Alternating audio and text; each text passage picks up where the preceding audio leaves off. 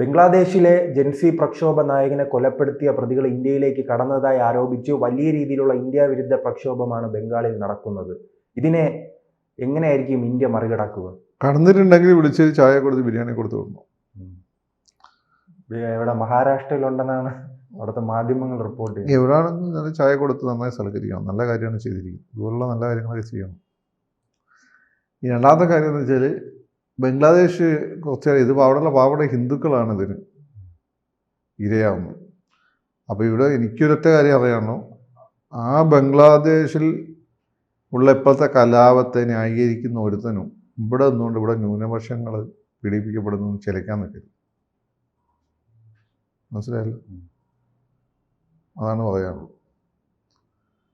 ഇവിടെ നിങ്ങൾക്ക് ജനാധിപത്യം, സെക്യുലറിസം, മറ്റേത് മറിച്ചത് മണ്ണാങ്കട്ട ലിബറലിസം, അവിടെ അതൊന്നും പാടില്ല. അപ്പോൾ ഈ ബംഗ്ലാദേശിൻ്റെ ഒരു ഇപ്പോഴത്തെ ഒരു ഉദ്ദേശം എന്ന് വെച്ചാൽ ഇന്ത്യക്കെതിരെ ബംഗ്ലാദേശിനെ വെച്ച് കളിച്ചുകൊണ്ടിരിക്കുകയാണ് ഇപ്പോൾ. അതിന് പിന്നിൽ അമേരിക്ക ഉണ്ട്, ചൈന ഉണ്ട്, തുർക്കി ഉണ്ട്, ഇവരെല്ലാം ഉണ്ട്. അതാണിപ്പോൾ ഗ്രേറ്റർ ബംഗ്ലാദേശ് എന്നുള്ള ആശയം മുന്നോട്ട് വെച്ചവനാണല്ലോ വെടികൊണ്ട് മരിച്ചത്. അവൻ്റെ ഉദ്ദേശം എന്താണ്? നോർത്ത് ഈസ്റ്റ് സംസ്ഥാനങ്ങൾ, അവിടെ നമ്മളൊരു നേഷൻ്റെ ഭാഗമാകാതെ ഇപ്പോഴും മാറി നിൽക്കുന്ന പ്രദേശങ്ങളാണ്. അതിൽ ആസാമാണ് കുറച്ചെങ്കിലും ഒരു ഇന്ത്യയുടെ അടുത്ത് നിൽക്കുന്നത്. ബാക്കി പല പ്രദേശങ്ങളും സൗകര്യം കിട്ടുക മാറിപ്പോകണമെന്ന് വിചാരിച്ചിരിക്കുന്ന സ്ഥലങ്ങളാണ്. ആ പ്രദേശങ്ങളെല്ലാം കൂടി കൂട്ടിയിട്ടാണ് ഇവൻ ഗ്രേറ്റർ ബംഗ്ലാദേശ് എന്നുള്ളൊരു ആശയം മുന്നോട്ട് വെക്കുന്നത്. അവിടെ ഇന്ത്യയുടെ പിടി ലൂസാണ് എന്നാണ് അവൻ്റെ വിചാരം. പക്ഷെ ലൂസല്ല. പക്ഷെ അവൻ വിചാരിക്കുന്നത് എന്താണെന്ന് വെച്ചാൽ അങ്ങനെ അവിടെ ഒരു മൂവ്മെൻറ്റ് ഉണ്ടായിക്കൊണ്ട് ബംഗ്ലാദേശിൽ നിന്ന് സപ്പോർട്ട് തരിക, ഇപ്പോൾ ഇന്ത്യയും ബംഗ്ലാദേശുമായിട്ട് യുദ്ധം ഉണ്ടാകുക, ഇൻ്റർനാഷണൽ കമ്മ്യൂണിറ്റിനെ കൊണ്ടുവരിക, അങ്ങനെ പതുക്കെ പതുക്കെ ഇന്ത്യയെ അടർത്തി മാറ്റുക. പിന്നെ അടർത്തി മാറ്റിക്കഴിഞ്ഞാൽ അടുത്ത സമയം ക്രിസ്ത്യൻ രാജ്യമായി മാറും. കാരണം അവിടെ ക്രിസ്ത്യൻ ഭൂരിപക്ഷമാണ്. ഇങ്ങനെ ഒരു ഗ്രാൻഡ് അജണ്ടയുടെ ഇത് വെറുതെ വന്നതല്ല, ഇതൊരു ഗ്രാൻഡ് അജണ്ടയുടെ ഭാഗമാണ്. അപ്പം നമ്മളത് അടിച്ച മൊത്തം വലിയ രീതിയിൽ മനുഷ്യാവകാശ ലംഘനങ്ങളും പ്രശ്നങ്ങളുമായിട്ട് വരുന്നത്. അപ്പം ഇതൊരു ഭീഷണിയാണ്. അപ്പം ഈ ഭീഷണിയെ നമ്മളെങ്ങനെ മറികടക്കുന്നു എന്നുള്ളത് കണ്ടെന്നെ വേണം. പക്ഷേ ഈ പ്രശ്നം വരുമ്പോൾ ഇന്ത്യ അങ്ങനെ അഗ്രസീവായി പ്രതികരിക്കുന്നത് കണ്ടിട്ടില്ല. അതെന്തുകൊണ്ടായിരിക്കും? അല്ല, അഗ്രസീവായി പ്രതികരിച്ച് നമ്മളെന്തിനാ മറ്റുള്ള ഇൻ്റർനാഷണൽ കമ്മ്യൂണിറ്റി ഉപരോധം വിളിച്ചു വരുന്നത്? കൊടുക്കേണ്ടതൊക്കെ കൊടുക്കുന്നുണ്ട്. അവരിങ്ങോട്ട് കളിക്കുന്നത് ഇപ്പോൾ തിരിച്ചു കൊടുക്കുന്നുണ്ട്. അത് മുമ്പും കൊടുത്തിരുന്നു, ഇപ്പം വളരെ കൃത്യമായി ഡോവൽ വന്നതോടുകൂടി കൃത്യമായി കൊടുക്കുന്നുണ്ട്.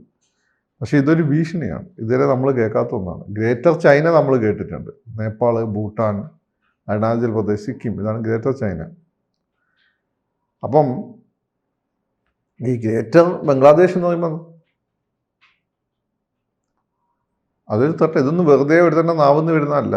പണ്ട് റഹ്മത്ത് അലി പാകിസ്ഥാൻ വാദം പറഞ്ഞപ്പോൾ മുഹമ്മദ് അലി ജിന്ന വരെ പുച്ഛിച്ച് തള്ളിയതാണ്. അവസാനം എന്താ സംഭവിച്ചത്? ജിന്ന തന്നെ അതിൻ്റെ വക്താവാകുകയും പാകിസ്ഥാൻ രാജ്യം നമുക്ക് കലാകാലത്തുള്ള തലവേദനയായി മാറി. ഇപ്പം നടക്കുന്നത് നോർത്ത് ഈസ്റ്റിനെ കൂടുതൽ ഇന്ത്യയുടെ ഭാഗമാക്കി മാറ്റാനുള്ള ശ്രമം നടന്നുകൊണ്ടിരിക്കുകയാണ്. വളരെ അഗ്രസീവായി നടന്നുകൊണ്ടിരിക്കുകയാണ്. ആ സമയത്താണ് ഇങ്ങനെയൊരു സംഭവം വരുന്നത്. ഇതൊരു ആഗോള സാർ പറയും പോലെ ഇത് മണിപ്പൂരിൽ തുടങ്ങി പലയിടങ്ങളിൽ ഇത് വ്യാപിപ്പിക്കുകയാണ്. ആ ഏരിയ മൊത്തം ഒരു ഡിസ്റ്റർബൻസ് കൊണ്ടുവരികയാണ്. ഇതിൻ്റെ മുട്ടനാടുകളെ തമ്മിലടുപ്പിച്ചിട്ട് ചോര കുടിക്കാൻ നോക്കുന്നത് അമേരിക്കയാണ്. അവർക്കാണ് മറ്റേ രാജ്യം ഉണ്ടാക്കണം, അമേരിക്കൻ രാജ്യം ഉണ്ടാക്കണം. അല്ല, പക്ഷെ പാകിസ്ഥാന്റെ സാന്നിധ്യം ഇപ്പോൾ അധികം. പാകിസ്ഥാൻ ആരാ സപ്പോർട്ട് ചെയ്യുന്നത്? പാകിസ്ഥാൻ അമേരിക്ക നേരിട്ട് കൊടുക്കില്ലല്ലോ. അമേരിക്ക നമ്മുടെ സുഹൃത്തല്ലേ. പാകിസ്ഥാൻ വഴിയാണ് സപ്പോർട്ട് കൊടുക്കുന്നത്. പാകിസ്ഥാനാണ് നമുക്കിവിടെ തലവേദന വരുമ്പോൾ നമുക്ക് അവിടെ ശ്രദ്ധ കുറയും. അതാണ് അവരുടെ ഉദ്ദേശം. ഇപ്പം ഇന്ത്യ മൊത്തം ആയുധെടുക്കേണ്ട അവസ്ഥയാണ്. ആയുധത്തിൻ്റെ 4 സൈഡിൽ നിന്ന് ഭീഷണിയാണ്. ഓരോ ഇന്ത്യക്കാരനും ബലിജറൻ്റായിരിക്കേണ്ട അവസ്ഥയാണ്. ഞാൻ പറയുമ്പോൾ ഈ നിർബന്ധിത സൈനിക സേവനം, സൈനിക പരിശീലനം നമ്മൾ തുടങ്ങേണ്ടതായിട്ടുണ്ട്. കാരണം ഈ 4 സൈഡിൽ നിന്ന് അടി കിട്ടുമ്പോൾ നമുക്ക് പിടിച്ചിരിക്കണമെങ്കിൽ നമ്മൾ അത്യാവശ്യം സൈനികമായി പരിശീലനം കിട്ടിയ ആളുകളായി നമ്മുടെ പോപ്പുലേഷൻ മാറണം.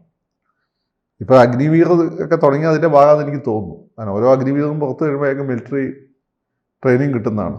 അപ്പോൾ അയാൾക്ക് നാട്ടിലെത്തി മറ്റുള്ളവരെ പഠിപ്പിക്കാൻ പറ്റും. അല്ലെ കൂടുതൽ മിലിറ്ററി ട്രെയിനിങ് കിട്ടിയ ആളുകൾ ഉണ്ടാക്കാൻ പറ്റും. ഇതാണ് അതിൻ്റെ. അല്ല, അത് രാജ്യത്തിനുള്ളിൽ കലാപം വരുമെന്നാണ് പ്രതിപക്ഷം പറയുന്നത്. അതിന് സാധ്യതയുണ്ട്. പക്ഷേ അത് നമ്മുടെ ഗവൺമെൻറ് ഇവരൊക്കെ സർവൈലൻസ്, അതുകൊണ്ടാണ് ഇപ്പോൾ ഈ സഞ്ചാർ സാധ്യതയൊക്കെ മോഡി കൊണ്ടുവന്നത്. സർവൈലൻസ് ഉണ്ടാവുമല്ലോ. സർവൈലൻസ് വരുന്നതോടുകൂടി കുറേയൊക്കെ കൺട്രോൾ ചെയ്യാൻ പറ്റും. അതിന് അങ്ങനെ ഭീഷണിയുണ്ട്. സൈനിക പരിശീലനം കിട്ടിയ ആളുകൾ കൂടുതൽ ഉണ്ടായിക്കഴിഞ്ഞാൽ ഇങ്ങനെ പ്രശ്നമുണ്ട്. പക്ഷേ ഇങ്ങനൊരു പ്രോബ്ലം ഉണ്ട്. നമ്മളടുത്ത് വലിയൊരു ഓൾ ഔട്ട് ഭാഗം പ്രതീക്ഷിക്കുന്നുണ്ട് പല തലങ്ങളിൽ നിന്നുകൊണ്ട്. അതിൻ്റെ ഒരു ഭാഗമായിട്ടാണ് ഇത് മുൻകൂട്ടി കണ്ടുകൊണ്ടാണ് ഇത്തരം മൂവ് തുടങ്ങിയെന്നാണ് എനിക്ക് തോന്നുന്നത്.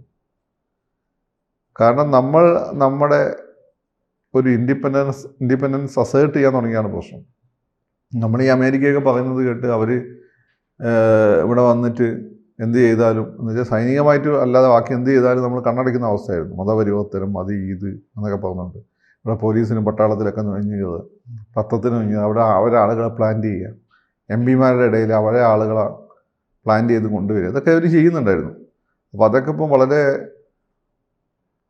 മെറ്റിക്കുലസ് ആയിട്ട് ഹാൻഡിൽ ചെയ്തുകൊണ്ടിരിക്കുകയാണ്. വളരെ സൂക്ഷ്മതലത്തിൽ തിരിച്ചറിഞ്ഞ് ഗവൺമെൻറ് ഹാൻഡിൽ ചെയ്യുക. അപ്പോൾ അതുകൊണ്ടാണ് ഇപ്പോൾ ഇന്ത്യക്കെതിരെ നേരിട്ട് തിരിയുന്നത്.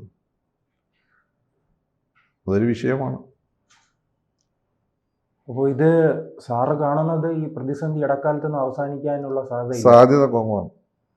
ഇതിപ്പം വളഞ്ഞിട്ട് ആക്രമിക്കുന്ന ഒരു സാഹചര്യമാണ് നമ്മൾ കാണുന്നത്. ഷെയ്ഖ് ഹസീനെ തിരിച്ച് ബംഗ്ലാദേശിൽ എത്തിക്കാനുള്ള ഒരു സാഹചര്യം ഇടക്കാലത്ത് ഉണ്ടാക്കിയെടുക്കാൻ കഴിയും. ബുദ്ധിമുട്ടാണ്.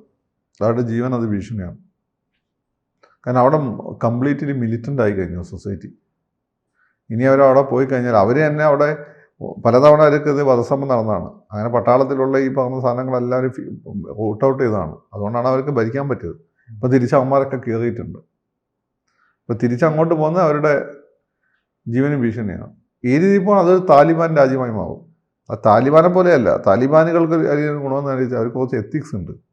അത് പണ്ടത്തെ മാർഷൽ ട്രൈബാണ്. ഒരു എത്തിക്സ് ഉള്ള വിഭാഗമാണ്. ഈ തീവ്രവാദികളുടെ തന്നെ കൂറ്, വിശ്വാസ്യത അതൊക്കെ ഉള്ള. ഇവന്മാരതല്ല. ബംഗാളികൾ അലന്ന ടീമാണ്.